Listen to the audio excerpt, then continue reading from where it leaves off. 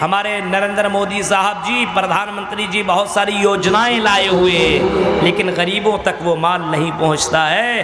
بڑھ کے نیتا حجم کر جا رہے ہیں، کھا رہے ہیں، اندر کر رہے ہیں، اس غریب تک پہنچتا ہی نہیں ہے۔ غریب کو دیا 1,00,000 اور غریب تک پہنچا 10,000، 90,000 چلا گیا۔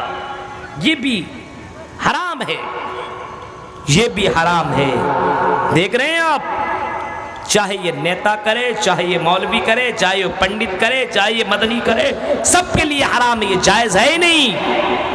یتیموں کی کفالت کرنا اسلام اس کی اجازت دیتا ہے، اور آپ نے اتنا ہی نہیں فرمایا بلکہ یتیموں کی کفالت کرنے والا، آپ نے فرمایا یتیموں کی کفالت کرنے والا جنت میں میرے ساتھ ہوگا، اور آپ نے بتایا اور سمجھایا اور لوگوں کو بتایا انا وکافل الیتیم کہاتین فی الجنہ، میرے ساتھ یتیموں کی کفالت کرنے والا جنت میں ایسے ہوگا۔ مدرسوں میں بڑی خوشی کی بات ہے، یہ مدرسہ ہو رہا ہے، ہاں یتیم بچے پڑھیں گے، غریب بچے پڑھیں گے، امیر بچے پڑھیں گے، آپ کا پیسہ لگے گا، یتیم کی کفالت ہوگی، یہ بڑا پنیہ والا کام ہے۔ لیکن میرے بھائیو، یتیموں کی کفالت کرنا جنت کی گارنٹی ہے، جنت کی ضمانت ہے۔ یتیموں کا مال مت کھاؤ، یتیموں کے پیسے سے اپنی زندگی مت چلاؤ، یتیموں کے پیسے کے قریب مت جاؤ۔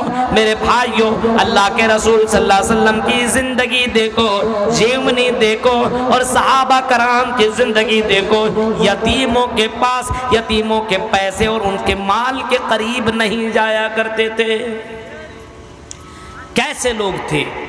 یتیم کی کفالت کیا کرتے تھے، یتیموں کا مال نہیں کھایا کرتے تھے۔ آج ہمارے یہاں دیکھ رہے ہیں غریبوں کا، یتیموں کا پتہ لگتا ہے، یہ مدرسے کے اندر اتنا کچھ ہے لیکن اس کا کوئی حساب و کتاب ہی نہیں ہے۔ مولوی صاحب یہاں کے جو ذمہ داران یہاں کے حساب ہی نہیں دیتا ہے۔ السلام علیکم۔ رتنی کا توفیق عالم، باپ کا نام مجیب الرحمان ہے، کہیں وہ گم ہو گیا ہے، اگر کسی طرف وہ بھٹک رہا ہے برائے مہربانی اسٹیج پر پہنچا دیں۔ رتنی کا توفیق عالم، باپ کا نام مجیب الرحمان، اگر ادھر ادھر کہیں ہو رہا ہے تو برائے مہربانی اسٹیج میں اس کو پہنچا دیں۔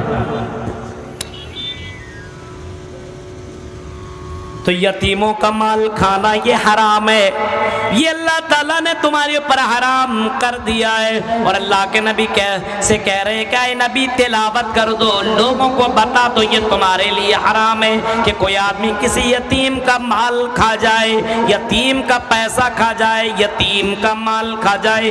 یتیم کا مال کھانا اسلام میں یہ جائز نہیں ہے، یہ بہت ہی بڑا پاپ ہے۔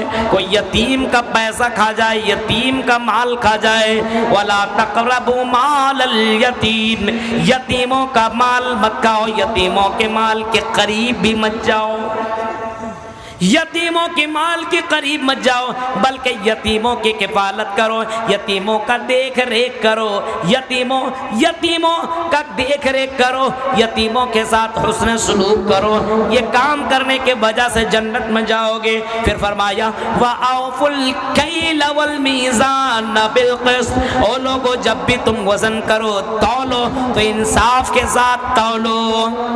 بہت سے لوگ دکاندار لوگ ہیں نا ڈنڈی مارنے لگتے ہیں، غلط ہے۔ دودھ دیتے ہیں نا تو اوریجنل نہیں بلکہ آدھا دیتے ہیں۔ تیل بانٹنے والے کو دیکھیے، کبھی کبھی تیل سیدھا نہیں بانٹے، ایسے ایسے کر کے بانٹ دے گا۔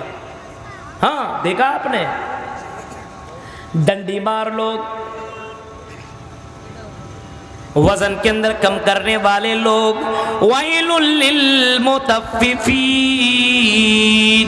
الَّذِينَ إِذَا اكْتَالُوا عَلَى النَّاسِ يَسْتَوْفُونَ وَإِذَا كَالُوهُمْ أَوْ وَّزَنُوهُمْ يُخْسِرُونَ أَلَا يَظُنُّ أُولَٰئِكَ أَنَّهُم مَّبْعُوثُونَ لِيَوْمٍ عَظِيمٍ يَوْمَ يَقُومُ النَّاسُ لِرَبِّ الْعَالَمِينَ۔